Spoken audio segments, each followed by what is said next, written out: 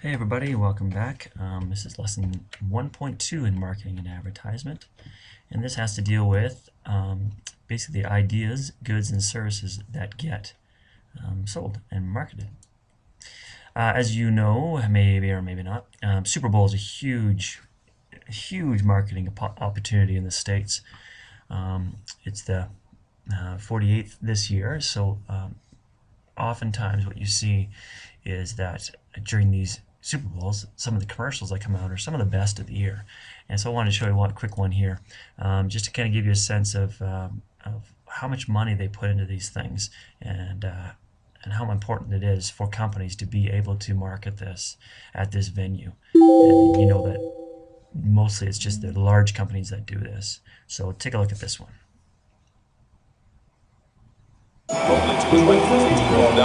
Yes! Oh! Dude, you got Montana on your jersey. Joe Montana! It is! It's a miracle stain! It's a miracle stain! Baby, I got Montana miracle stain on my shirt! There's been a lot of talk about a miracle stain. And then I was holding my shit like this, and it dropped.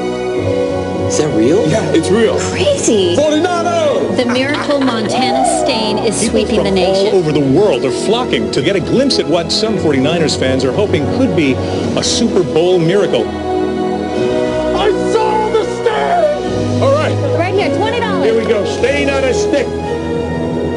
Montana man!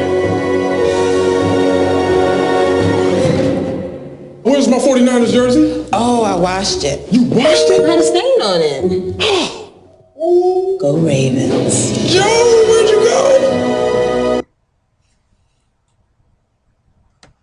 Okay, so you get the idea that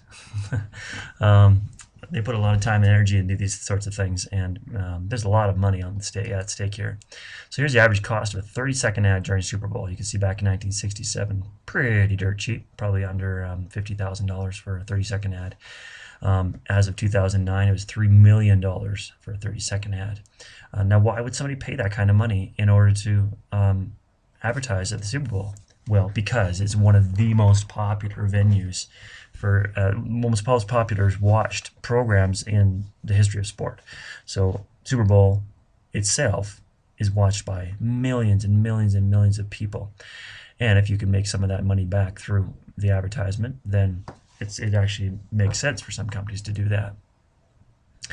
So marketing promotes ideas, goods, and services. So let's talk about ideas. How can marketing promote an idea? Well, even political instances, that can make a lot of sense. So a politician can use marketing to promote his or her platform. That can be on TV, that can be through magazines, newspapers, even billboards. They're trying to market certain ideas. How about goods? Goods themselves. Typically, goods are tangible physical items, things you can touch. They are worth money. They satisfy our needs and our wants. So think of some examples. You can think of cars, electronics, clothing, food, anything that you can basically touch and pay money for. Planned obsolescence used as a marketing tool.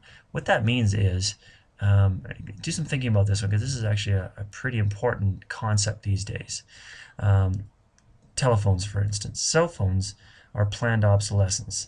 So what that means is companies realize that within a year, year and a half, maybe even 2 years, most people will be buying the newest and greatest phone out there. That's why Apple comes out with a new iPhone every year. That's why Samsung does, and all these other companies, because they plan for those to be obsolete in a few years. The technology that we put out today is not the same as the technology that will be out there in a few years. So what started with some pretty amazing things that Apple put out with the iPhone now are really done across multiple platforms, and they're expanding those ideas. Planned obsolescence is something that's kind of important. In fact, there was something on CBC a few days ago that I was listening to, where there's a Norwegian guy that is creating a phone that is basically Lego blocks. So that's what he said is basically you take your keyboard, you plug it in, your screen, you plug it in, you take your memory, you take your camera, all those things will plug into a handheld cell phone. And as pieces break, You just take that, you unplug that piece and you plug it in with a new piece, as opposed to buying a whole new phone every time something like a screen cracks or something like that. So that's kind of the opposite of planned obsolescence. But planned obsolescence is really something that our world has gone extreme with. So some people say that out of all the consumer goods that we buy, the average lifespan is about 6 weeks. Services is the third kind that we would market for. These are intangible, so they're non-physical. They're not something you can touch, but they're something that you receive. They are worth money, and they satisfy our needs and wants. So what are some examples of services? A haircut, a taxi ride, movies, airlines. You're not paying for something specific that you're going to keep. You're paying for a process to happen. So here's your task for the day. Go to www.calgaryherald.com, or if you choose another newspaper, that's fine as well.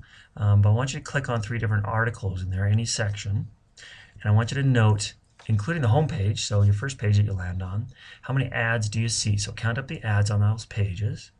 Number 2, what made it difficult to ignore some of these ads.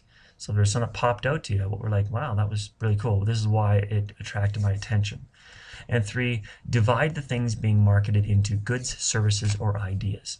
If you can find an example of each, that'd be great. If most of it is goods, that's okay, but it'd be really good to see if we can find an example of goods, services, and ideas on all 3 of those.